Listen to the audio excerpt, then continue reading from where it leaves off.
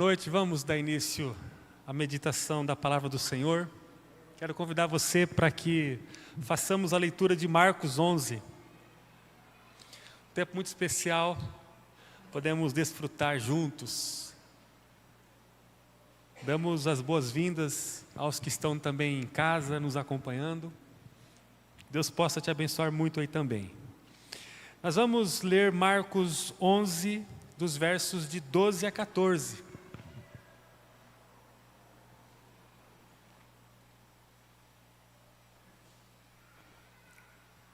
Diz assim a palavra do Senhor.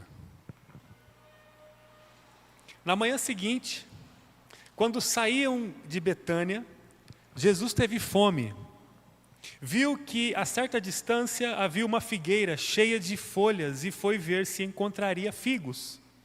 No entanto, só havia folhas, pois ainda não era tempo de dar frutos.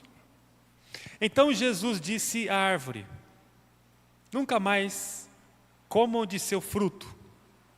E os discípulos ouviram o que ele disse. Palavra do Senhor, de um episódio que aparentemente Jesus está um pouco sem paciência. Durante a caminhada de Jesus, ele esteve numa correria intensa com seus discípulos, cumprindo o seu ministério. E ele manifestou inúmeras vezes o seu poder sobrenatural. Suas obras não se referiam a magias, mas um controle absoluto do ser humano, da criação e das forças espirituais. Mas apesar de Jesus ter feito inúmeros movimentos e inúmeras manifestações sobrenaturais, Jesus nunca negou o aspecto natural da vida. Jesus, ele não transitava apenas no extraordinário, mas também ele transitava no ordinário. Na experiência que lemos, Jesus, ao sair de Betânia, na correria do seu ministério, ele teve fome. Jesus teve fome.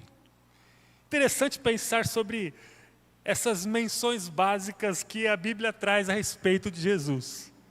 O Cristo que andou sobre as águas, de repente, esse que viveu o extraordinário, controlando inclusive a força da criação, esse Cristo de repente parou diante dos discípulos e disse: estou com fome. O mesmo Senhor que multiplicou pães e peixes, alimentando milhares de pessoas, chegou um momento que ele só queria comer, estava com fome. O Cristo que curou o mendigo Bartolomeu, ou Bartimeu, de sua cegueira, isso está no capítulo anterior ao capítulo que nós lemos, é o mesmo que estava precisando apenas comer alguma coisa. O texto diz que quando Jesus e os seus discípulos estavam saindo de Betânia, eles se depararam com uma figueira cheia de folhas. No momento em que Jesus estava com fome, ele encontra uma figueira cheia de folhas. E quando se aproximou dela, segundo o texto que nós lemos, ele viu que a figueira só tinha folhas. Afinal de contas, não era uma época para se dar frutos. Então a figueira ela estava coerentemente no seu tempo. Era um tempo de folhas, não era um tempo de frutos. Mas Jesus, ele imediatamente ao ver que na figueira não tinha figo, ele disse à figueira: nunca mais comerão do seu fruto. No versículo 20, do mesmo capítulo que nós lemos, a Bíblia diz que na manhã seguinte os discípulos passaram pela cuja figueira que Jesus falara isso. E o texto diz no versículo 20 que os discípulos constataram que a figueira que estava florida no dia anterior, no dia seguinte estava seca até a sua raiz. Fica claro que essa experiência fala de uma reprovação de Jesus quanto à falta de frutos. Jesus reprovou veementemente a falta de frutos através desse episódio. Com essa experiência, eu quero refletir com vocês um pouco sobre as raízes da frutificação. Amém? Está todo mundo junto comigo? Ou tem alguém aqui só em corpo, mas em alma está longe? Todo mundo aqui juntos, nós vamos pensar um pouco sobre isso. E mais uma vez quero convidar você para que nós oremos. Senhor, a Tua palavra é poderosa. Nós não a estimamos. Nós cremos que o Senhor pode mudar a nossa vida num grau e numa proporção de profundidade. Comece a falar comigo, Senhor. Comece a falar com cada um que está aqui. Não deixe nenhum de nós disperso. Que não apenas nós que estamos aqui, mas aqueles que estão nos acompanhando, aqueles que ouvirão essa mensagem ao longo dos dias. Senhor, toque de uma forma personalizada no coração de cada um, nos fazendo entender as verdadeiras raízes do fruto. Em nome de Jesus nós oramos. Amém. O fruto é encantador, não é? O fruto não fala apenas do bom resultado, mas também o fruto fala da sobrevivência. O fruto do trabalho não apenas nos oferece prazeres e confortos, mas ele também nos oferece a sobrevivência. O trabalhador chega no final do mês na expectativa de receber o fruto do seu trabalho, que é o seu salário. E com esse salário, com esse fruto, ele não apenas desfruta de prazeres, mas também ele desfruta da sobrevivência, porque sem o fruto do seu trabalho, ele não consegue se alimentar, ele não consegue sobreviver. Então falar sobre fruto é falar sobre resultado que outorga não apenas conforto, deleitos, mas também sobrevivência. Sem o fruto não há sobrevivência. Diante de uma figueira infrutífera, Jesus sentenciou a morte dela, para nos ensinar nessa noite, no dia 19 de maio de 2024, que sem o fruto a sobrevivência está ameaçada. A lógica que Jesus apresenta com esse episódio da figueira é que sem o fruto resta-lhe apenas a morte, porque o fruto é sinônimo de sobrevivência. Alguém poderia dizer, mas como uma figueira pode dar fruto não sendo a época? No versículo 13, o texto diz que não era tempo de dar frutos. Aqui há um ensinamento de Jesus muito importante que nós precisamos aprender. É que na presença de Jesus, todo organismo precisa frutificar. Não importa a época. Se a presença de Jesus se aproxima de um ser orgânico, de um ser que pode frutificar, a presença de Jesus precisa ser capaz de gerar fruto nela. Porque se Jesus chega e ainda assim o organismo continua infrutífero, ele é passivo de morte. Em João 15, 2, Jesus diz que quem está ligado nele, que é a videira, dá o seu fruto.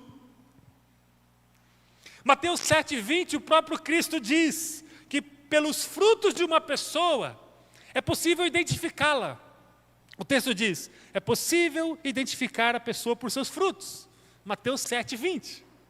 Jesus ensina com a experiência da figueira que quem está nele, quem está conectado a ele, quem tem relacionamento com ele, quem se interessa por ele, quem está em suas mãos, naturalmente, pela ambiência que vive, que é a presença da glória de Deus, o caminho é um caminho de frutificação. Independentemente da estação, da contingência, da ocasião, do lugar, das pessoas. Porque o que faz uma pessoa frutificar é a presença de Jesus. Com esses 3 versículos que nós lemos, nós aprendemos que quem está perto de Jesus precisa frutificar. Não é uma questão de condicionamento alheio ou condicionamento do próprio ser humano, mas é uma condição que a presença de Jesus oferece a todos que se aproximam dele. Jesus está dizendo que quando se trata de frutificação dos seus discípulos, não há uma estação certa, não há um dia certo, não há um momento da semana certo, não há um lugar certo. Ele está dizendo que a frutificação na vida dos seus ocorre o tempo todo, em qualquer estação. Amém? A partir disso eu quero convidar você para que aprendamos juntos, em cima do texto de Marcos 11, sobre as raízes do fruto. Poderíamos terminar agora a nossa mensagem, ou a mensagem sagrada do Senhor.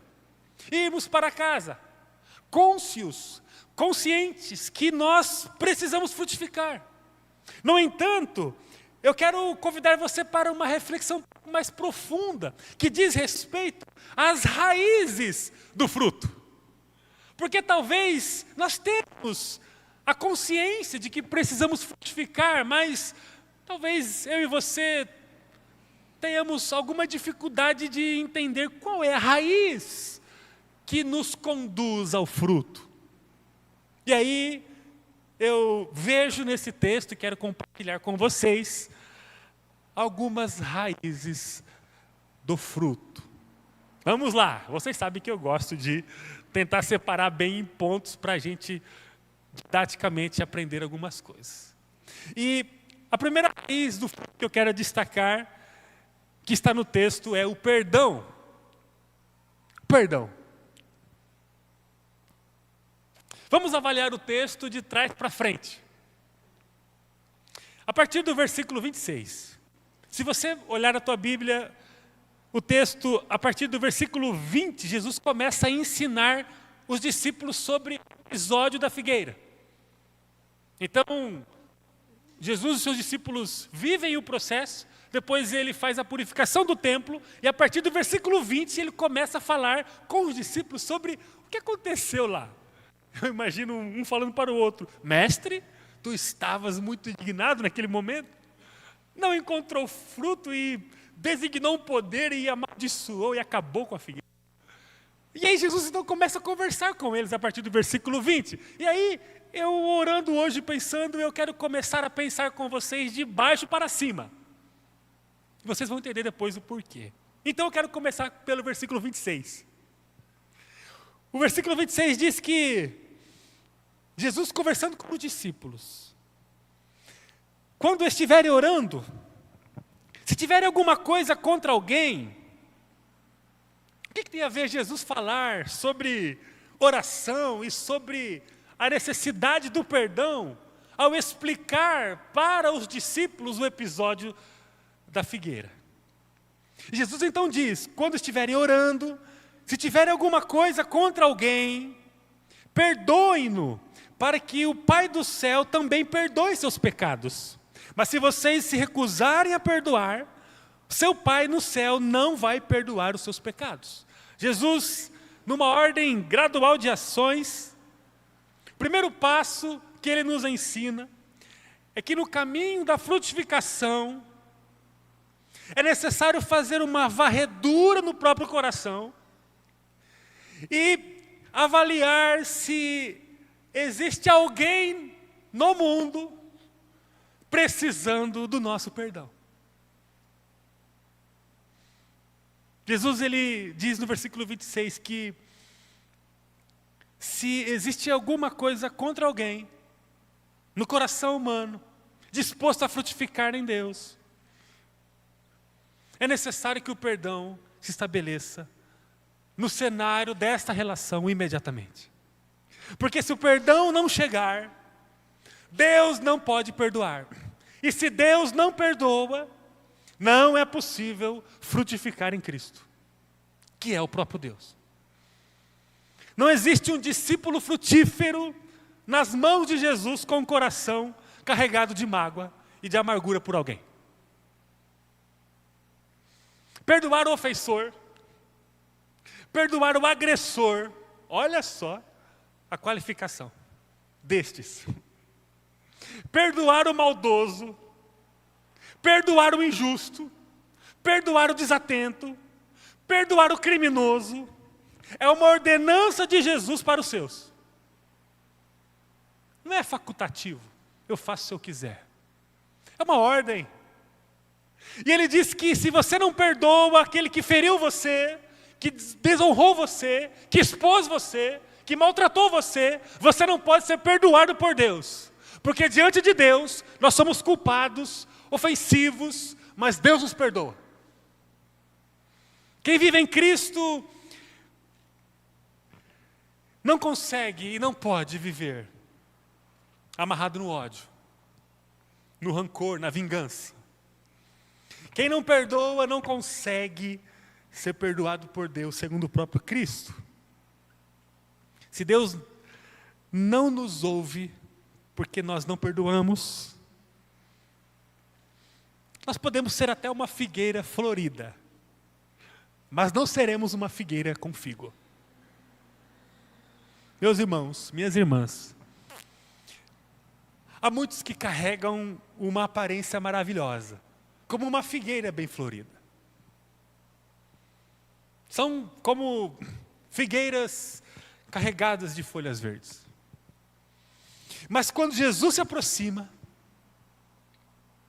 elas, tendo Jesus como referencial de avaliação, se apresentam como pessoas infrutíferas, porque não conseguem perdoar.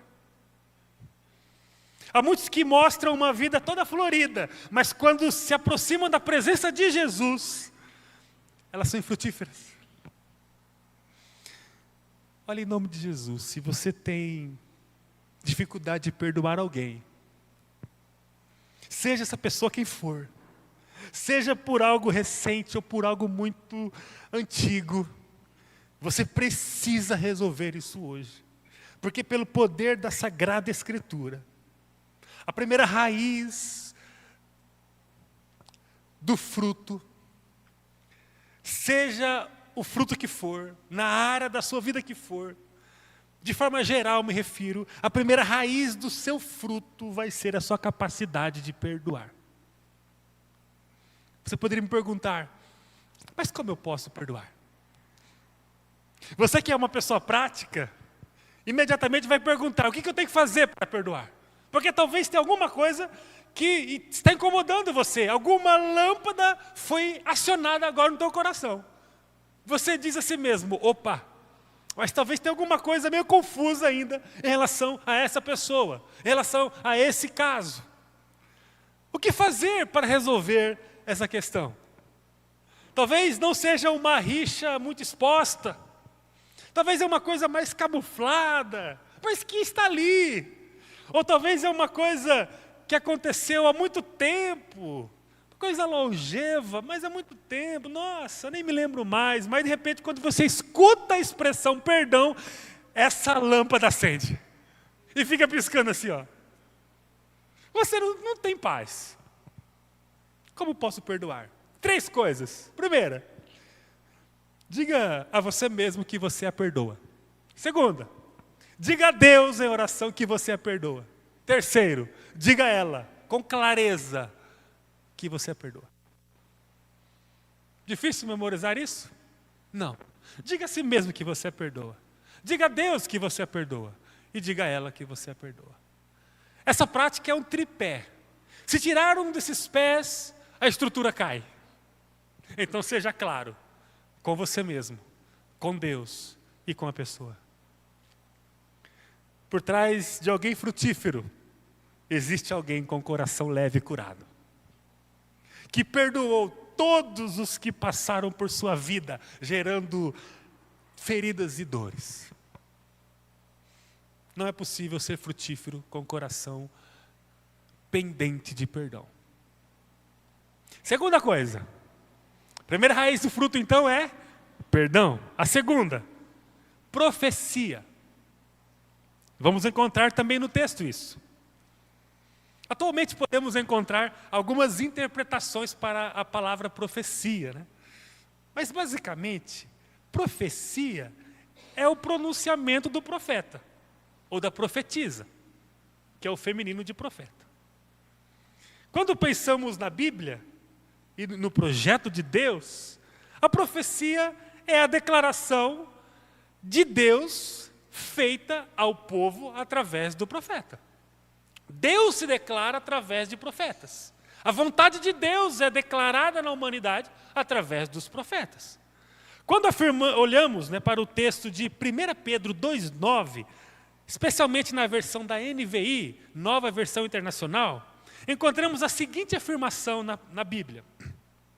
Vós, porém, são geração eleita, sacerdócio real, nação santa, povo exclusivo de Deus, para, anunciar as grandezas daquele que os chamou das trevas para a sua maravilhosa luz. A Bíblia diz que o povo de Deus é um povo instituído, separado para Deus, para anunciar as grandezas de Deus. Se somos esse povo, o que nós somos? Profetas e profetisas. Porque nós estamos vivendo no mundo para anunciar as coisas concernentes a Deus. Nós somos profetas. Na conversa com os discípulos, quando Jesus está explicando sobre o episódio da figueira, ele diz no versículo 23, eu lhes digo, que vocês poderão dizer a este monte, levante-se e atire-se para o mar. E isso acontecerá. Depois de falar sobre o perdão, subindo um pouco no texto, lembram-se que nós estamos de baixo para cima, subindo um pouco no versículo 23, Jesus diz para os seus discípulos, ao explicar sobre a questão da figueira, olha, se vocês disserem para o monte, precipitar-se para o mar, isso vai acontecer. Uma leitura corrida do texto, desatenta, talvez possa engolir o princípio da profecia que está carregado aqui. Jesus não apenas fala em consentir no coração um desejo.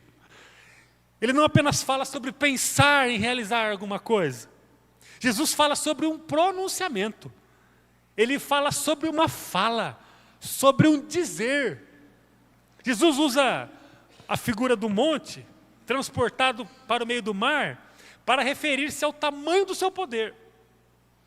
Com essa linguagem metafórica que ele usa, ele está ensinando que não há limites para o seu agir. E por isso, o povo tem que profetizar. Profetizar. Porque a profecia é o pronunciamento da vontade de Deus no mundo. A profecia para nós não tem a ver com a adivinhação do futuro, mas tem a ver com a declaração do nosso futuro. Olha que coisa diferente e que coisa mais encantadora. A profecia para nós tem a ver com o nosso futuro se amoldando a partir da vontade de Deus para nós. Quando você olha para uma pessoa e diz, eu quero profetizar sobre a sua vida, eu estou dizendo que a manifestação da vontade de Deus sobre você será real, vai acontecer. Quando eu profetizo sobre o meu filho, eu digo, eu quero profetizar que Deus derramará sobre você toda a vida abundante e plena que Cristo prometeu. A igreja precisa modular o seu pronunciamento a respeito do seu futuro, com base na graça, na misericórdia, no amor de Deus, mesmo que o futuro contemple dias difíceis. Antes de Deus nos dar algo, nós precisamos aprender a profetizar esse algo em nossa vida. Pergunta: e se Deus desse a você só o que você profetizou? Outra pergunta: e se Deus der a você a partir de agora apenas o que você vai profetizar a partir de agora? Nós somos profetas e profetisas. Nós somos aqueles que pronunciam o tempo todo a declaração do céu sobre nós. E não é que essa declaração vai nos eximir das lutas, dos problemas, das doenças, das escassezes. Não é isso. Mas que, apesar de tudo isso, nós vamos continuar o nosso itinerário no mundo, sempre pronunciando as coisas do céu. Porque nós somos profetas e profetisas, que estão com os pés na terra, mas os olhos no céu. E nós vamos viver o tempo todo profetizando o que Deus tem, o que Deus é, o que Ele quer fazer com a gente, o que Ele tem para nós. A despeito de qualquer tribulação que passemos aqui. Há momentos que carregamos angústia no coração, sem profetizar uma mísera palavra de paz em nosso coração. O coração está todo apertado, cheio de tribulação, e a gente passa dias e dias atordoado pela tribulação e não consegue pronunciar uma palavra profética de paz. Há momentos que amargamos discórdia em ambientes sociais que vivemos, ambientes familiares, às vezes na própria casa. Está um ambiente de discórdia, e aí nós não conseguimos profetizar com palavras claras, em caixa alta. União, perdão, humildade, honra, amor, cuidado, afeto, atenção. Não profetizamos. Há períodos na vida que sofremos com doenças, seja ela da natureza que for, psíquica, emocional, física. Sofremos com doenças, e em meio ao sofrimento com doenças, nós temos dificuldades, às vezes, de profetizar saúde integral em nossa vida. Ficamos silenciados, emudecidos, cabisbaixos ali, amargando as lutas, e não conseguimos olhar para o céu, levantar o nosso rosto e profetizar vida, cura e saúde. Há períodos na vida que nós temos faltas de recursos e não conseguimos profetizar palavras de controle e de prosperidade. Há períodos em que a igreja não alcança pessoas e passa períodos sem profetizar o alcance de pessoas. Há casamentos infelizes que se preservam na infelicidade, por não profetizarem cura e restauração matrimonial. O casal está ali, agonizando, sangrando, e não consegue, ambos, profetizarem vida. Nós profetizamos vida, perdão. O cônjuge está dormindo, coloca a mão sobre a cabeça dele. Eu profetizo em nome de Jesus, vida sobre nós. Balança ele, não sufoque, não aperte, mas sim, eu profetizo vida. Senhor, me dê graça para entender essa bênção, me dê graça para ser um lugar de vida entre nós, me dê graça.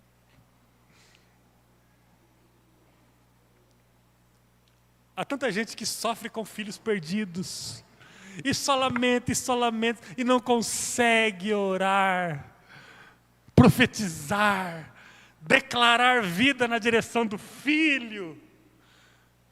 Enquanto o mundo, Satanás e a sua corja pronuncia desgraça na vida dos nossos, nós somos uma torre de pronunciamento que está o tempo todo pronunciando vida, vida, cura, proteção, libertação.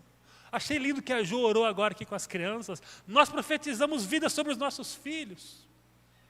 Ah, mas a escola está difícil. Está difícil mesmo. E eu não preciso ser expert para dizer que vai piorar. O mundo vai piorar. Os dias serão mais difíceis. Porque isso é bíblico, é profético, é apocalíptico. A Bíblia diz sobre isso. Mas nós precisamos aumentar o decibéis da força da nossa voz, para que todo mundo ouça que nós temos uma vida em nós, e que é muito mais poderosa do que qualquer ameaça de morte. E se Deus desse a você apenas o que você está profetizando? Vamos profetizar mais? Os frutos da nossa vida precisam ser declarados por nós antes de serem depositados em nossas mãos. Amém? Amém, pessoal? Vocês não estão entendendo nada. Nós precisamos profetizar antes que chegue nas mãos. À medida que declararmos a bênção de Deus, o mover de Deus estará sobre nós. Não podemos transitar no mundo em silêncio, só lamentando. É tanta notícia triste, né? É mesmo. catástrofe, crime, barbaridades, onde você acessa a informação sempre é ruim. É assim mesmo, mas não vamos esperar do mundo que está no controle do mal boas notícias, porque a origem das boas notícias somos nós, povo de Deus. O fruto da nossa vida vai chegar depois que nós declararmos Ele. Bom, vamos lá, temos que terminar. A primeira raiz do fruto é o perdão. A segunda raiz, profecia. E a terceira raiz, para concluirmos, é a fé. Em Marcos 11, 22, Jesus diz: tenham fé em Deus. Então, Marcos 11, 26, perdoa-lhes. Marcos 11, 23, profetizem. Marcos 22, tenham fé. Não vivemos por aquilo que vemos, nós vivemos por aquilo que Deus diz a nosso respeito. Não vivemos por nossas forças, mas vivemos por aquilo que Deus nos dá. O texto clássico é, Hebreus 11, versículo 1, nos diz: a fé mostra a realidade daquilo que esperamos.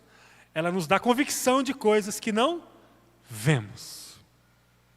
Pela fé nós somos a comunidade que sempre espera coisas boas do futuro. Somos o povo que tem a esperança no futuro glorioso que não pode ser apagada por nada. Nem pelos dias difíceis e pelas lutas que passamos. A fé, ela remove os nossos olhos das circunstâncias doloridas e os coloca no lugar de renovo. A fé é o que faz a gente olhar para a frente e para o futuro sempre com otimismo. Não na nossa força, não em nossas prerrogativas, mas na força que vem sobre nós em Deus, o nosso Abba, o nosso Pai, o nosso sustentador. A fé tira o nosso olhar da dor e coloca o nosso olhar na cura. Não é assim? A fé tem essa função. A fé é poderosa para nos trazer a certeza de que a alegria vem depois de um período de muita tristeza. Sofremos, choramos, mas sempre temos a fé operando em nosso coração de que os dias difíceis chegam ao fim.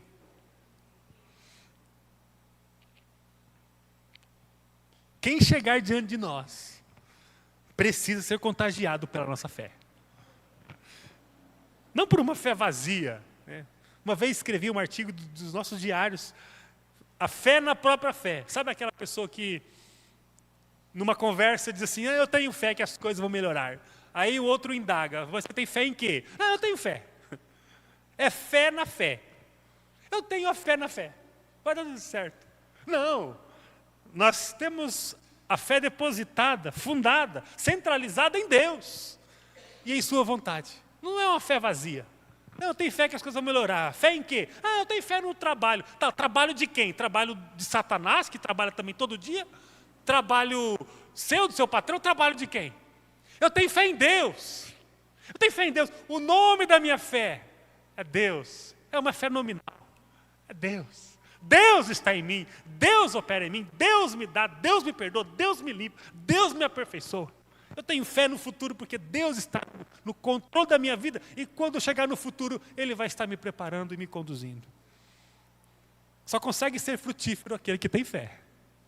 Aquele que fica olhando em volta, com aquele discurso de lamento, de derrota, de pessimismo, é isso mesmo, e baralá, olha, vai ficar corroído no estado de infertilidade. Não vai conseguir frutificar, mas aquele que consegue colocar o coração em Deus com fé, ele entende, Deus está na minha vida e eu posso, conforme diz Hebreus 11, esperar uma realidade que eu ainda não vejo. Eu espero realidades que ainda não vejo. Por quê? Porque eu tenho fé em Deus. Se você entregou a sua vida a Jesus, eu quero concluir. Você está pronto para frutificar. Aleluia. Somente os que entregam a vida a Jesus podem desfrutar dessa condição de frutificação. Se Jesus está perto de você, a sua vida carregará mais do que folhas verdes, amém? Você sabe que eu gosto muito do verde, mas nós vamos carregar mais do que folhas verdes. Tá bom, pessoal? Vamos carregar mais do que folhas verdes. Se Jesus está perto de mim, eu vou carregar frutos também. Ele se encarregará de promover frutos em minha vida, em todas as dimensões e assuntos dela. Como lição dessa noite, nós aprendemos que existem algumas raízes para o fruto. E a raiz é o que vem antes do fruto. Portanto, nós precisamos gravar bem essas raízes hoje. E sabe por que certamente o Senhor colocou isso no meu coração. Resolvi abordar de baixo para cima o texto. Porque nós precisamos começar com o perdão. Nós precisamos ser mais claros no perdão. Porque se nós não conseguimos perdoar, nós não vamos conseguir profetizar e nem tampouco ter fé. Nós precisamos olhar para o ofensor, para quem nos ofendeu, e dizer assim: olha, eu quero pedir perdão a você, e quero que você saiba que eu perdoo você. E se você não quiser me perdoar, saiba de verdade que eu lhe perdoo, porque o que Deus me deu é muito maior do que eu estou dando a você. O que eu estou dando a você, por mais que você tenha sido maldoso e me ferido, o que eu estou dando a você é uma fração muito pequena, diminuta, do que Deus me deu. Deus me perdoa e eu lhe perdoo. Se nós não começarmos com o perdão, nós não vamos a lugar nenhum. Porque quem não consegue libertar-se da amargura, da falta de perdão, não vai profetizar nada. Vai ter uma fita, um objeto fortíssimo, tampando o eco da sua voz. Não vai conseguir profetizar nada. E nem tampouco vai conseguir ter fé. Portanto, primeira coisa, temos que perdoar. Segunda coisa, temos que profetizar. Porque eu quero abrir meu coração a vocês. E eu não sei se vocês se conectam a mim nessa questão. Tem momentos que nós não temos muita fé. Não estou com fé.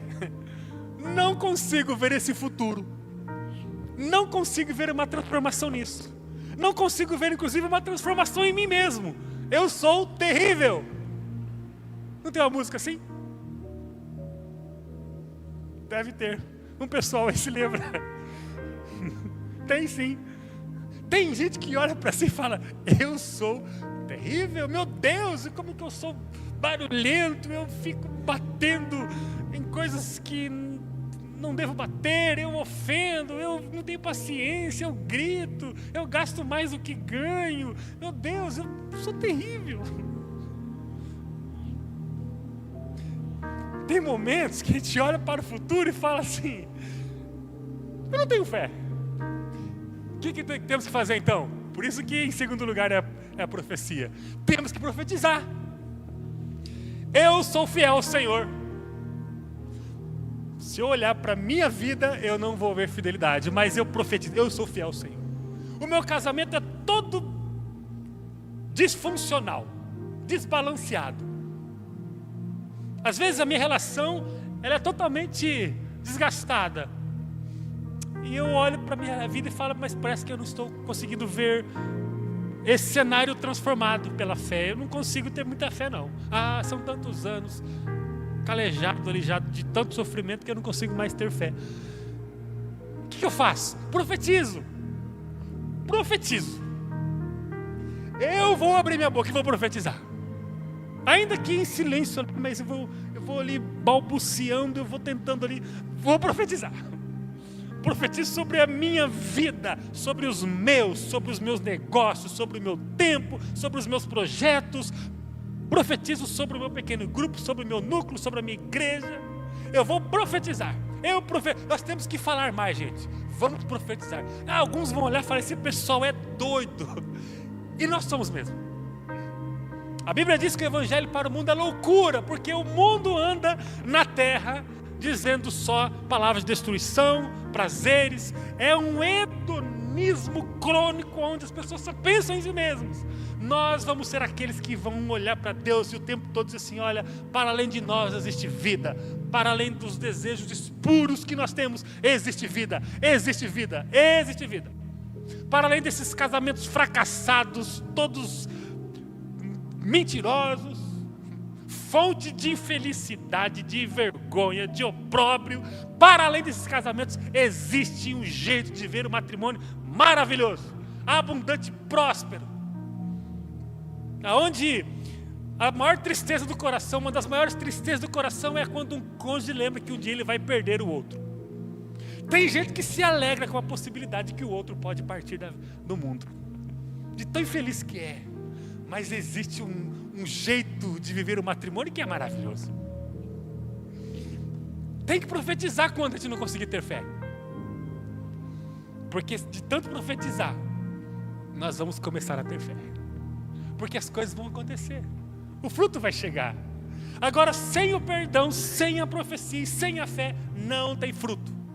Aí viveremos minguados, sem a expressão da bênção do Senhor. A Bíblia diz em João 10, versículo 10, o resumo do texto é que Satanás vem para roubar, matar e destruir, mas Jesus diz: eu vim para que tenhais vida em abundância, vida plena. Com base na palavra de Jesus de João capítulo 10, versículo 10, parte B do versículo, nós podemos dizer que é tempo de crermos, profetizarmos e perdoarmos. Amém? Vamos frutificar essa semana? Para quem você tem que ligar? Você sabe, tem que ligar. Então lembra a regrinha? Confesso para mim mesmo, eu perdoo. Digo a Deus: Senhor, eu quero dizer ao Senhor que eu perdoo. E diga à pessoa: eu perdoo. Não, mas é bobeira. Talvez essa bobeira é uma terra na sua engrenagem. Talvez essa bobeira é um travamento na sua vida. Não é bobeira não. Na dúvida, transborde perdão. A pessoa fala: o quê? Comigo? Não. Mas tudo bem, então receba esse monte de perdão aí. Tá? Perdão. Se encha do meu perdão, porque eu não quero nem pensar em viver travado a minha vida. Eu quero pedir perdão a você. Na dúvida, em casa, acabando a noite, chama o seu esposo, fala: eu queria pedir perdão a você. Mas sobre o que, mulher? Eu não sei, mas na dúvida, registra o meu perdão. Talvez alguma coisa eu falei que eu nem percebi. Me perdoe. Coisa bonita, né? Todo dia falar: eu tô com os perdões aqui para te entregar. Eu não... Na dúvida, pessoal, vamos deixar na conta lá. Deixa como saldo. Imagina chegar no patrão, né? Patrão, eu pedir perdão, senhor. Mas o que você fez? Já pode pôr RH então, porque você não vem tumultuar a empresa. Na dúvida, eu queria pedir perdão, senhor. Mas é verdade, vamos pedir perdão demasiadamente, porque olha, isso vai nos trazer tanto bem. Imagina só como que famílias nossas seriam mais felizes se conseguissem verbalizar o perdão, ecoar o perdão dentro de casa. Coisas bobas. Eu não sei, vocês não passaram por isso, mas às vezes eu deixo a Ju chateada sem saber.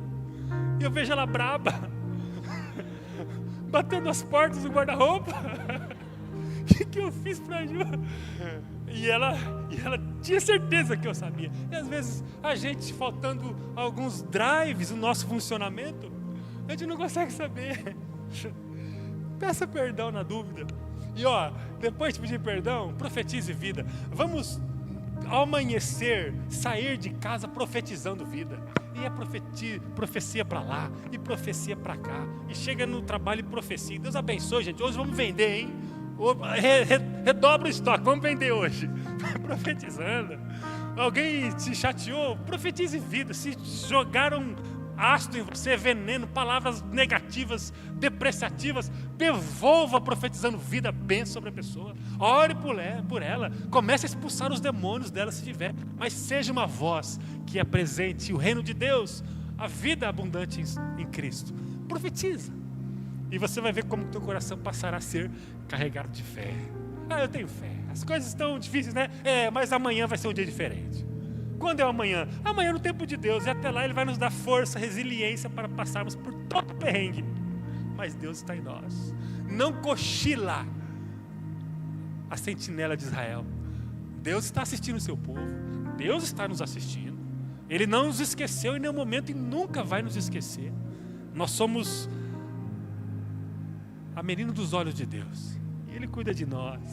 E nossa vida está sendo cuidada por Ele. E nós estamos em segurança. Portanto, os dias futuros serão melhores. Amém, povo santo. Amém. A Ana vai cantar uma música agora muito bonita. A Ana vai